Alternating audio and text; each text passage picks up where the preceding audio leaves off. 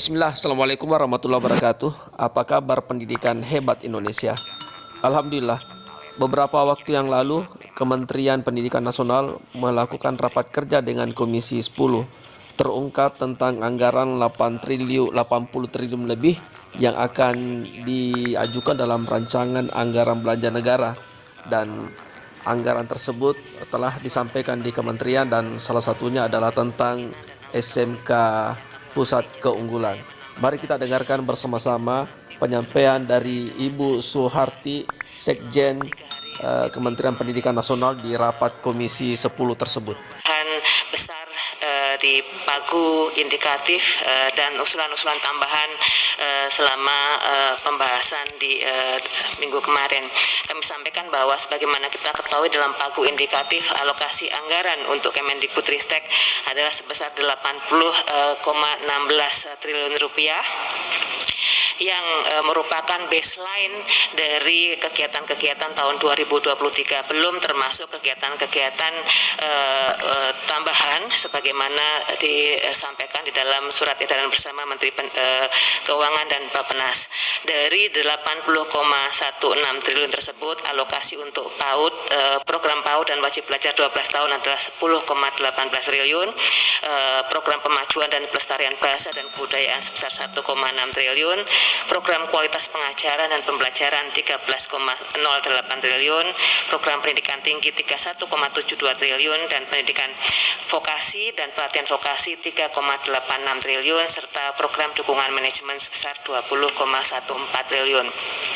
Di dalam pembahasan raker pertama, kami mengusulkan tambahan anggaran sebesar 8 triliun rupiah. Kemudian selama pembahasan di dalam RDP ada hal-hal yang masih perlu diperkuat lagi, sehingga tambahan anggaran secara total dari pagu indikatif menuju pagu anggaran sebesar 10,15 triliun yang terdiri dari 152 triliun untuk program PAUD dan wajib belajar 12 tahun. Sebagian ini merupakan perpindahan saja dari program kualitas pengajaran pembelajaran. Kemudian pemajuan dan pelestarian bahasa dan kebudayaan sebesar 1,298 triliun, program kualitas pengajaran pembelajaran sebesar 3,9 triliun, program pendidikan tinggi sebesar 1,8 triliun, program pendidikan dan pelatihan vokasi sekitar 1,98 triliun, dan program dukungan manajemen sebesar 960,64 triliun.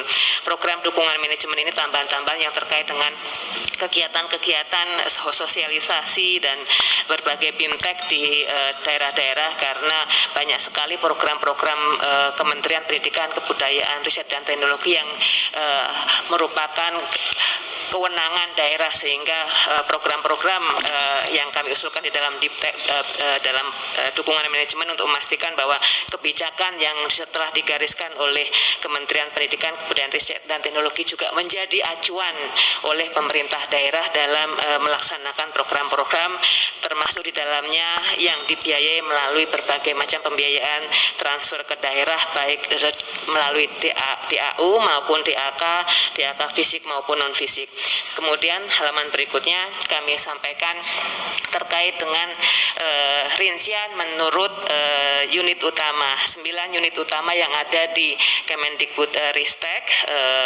Dari total kebutuhan 10,15 triliun yang diusulkan selama RDP kemarin, untuk Sekretariat Jenderal ada usulan tambahan 1,32 triliun, itu utamanya untuk memenuhi target Kartu Indonesia Pintar Kuliah yang memang masih membutuhkan cukup banyak dengan adanya peningkatan satuan biaya dan juga target sasaran penerima.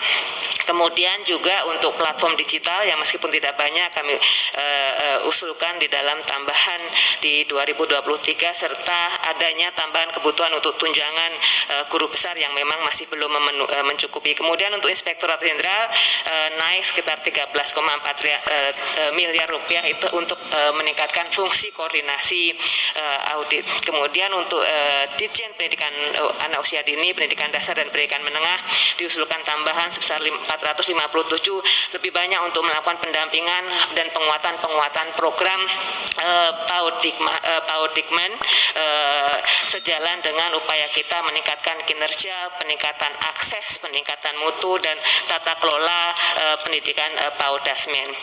Untuk Badan Standar Kurikulum dan Asesmen Pendidikan ada usulan tambahan sebesar 109 miliar, utamanya digunakan untuk peningkatan proses akreditasi dan juga penyusunan buku kurikulum dan literasi. Kami sampaikan sebelumnya di dalam rapat-rapat sebelumnya bahwa memang untuk akreditasi ini banyak sekali sekolah-sekolah satuan pendidikan utamanya PAUD yang masih belum pernah diakreditasi sama sekali dan backlog yang masih cukup banyak, sehingga upaya-upaya dilakukan untuk mempercepat proses akreditasi tentunya dengan tetap berprinsip pada efisiensi dan efektivitas, sehingga kegiatan yang dilakukan juga satuan biayanya jauh lebih rendah daripada yang dilakukan pada tahun-tahun sebelumnya.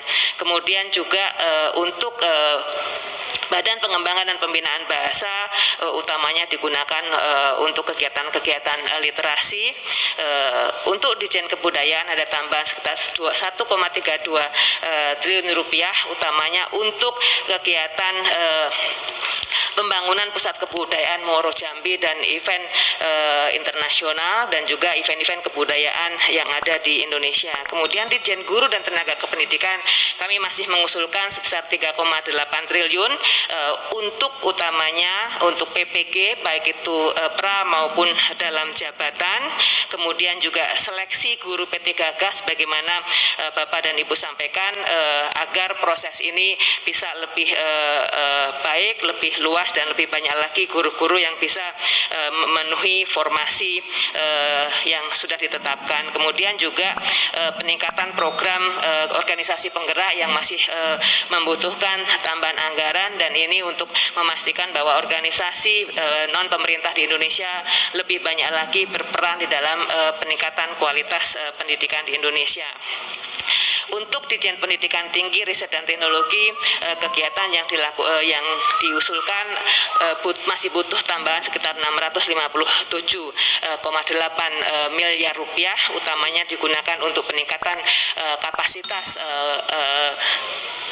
pendidik di perguruan tinggi serta peningkatan sarana prasarana yang memang masih sangat kurang, termasuk di dalamnya yang kami laporkan di dalam RTP untuk berbagai institusi seni dan budaya yang meskipun sudah beberapa tahun beroperasi masih belum memiliki gedung sama sekali. Ini yang kami usulkan. Kemudian yang untuk Ditjen Vokasi masih dibutuhkan tambahan anggaran untuk memastikan bahwa lulusan pendidikan vokasi betul-betul bisa lebih berkualitas, dapat mengisi lapangan pekerjaan dengan lebih baik lagi.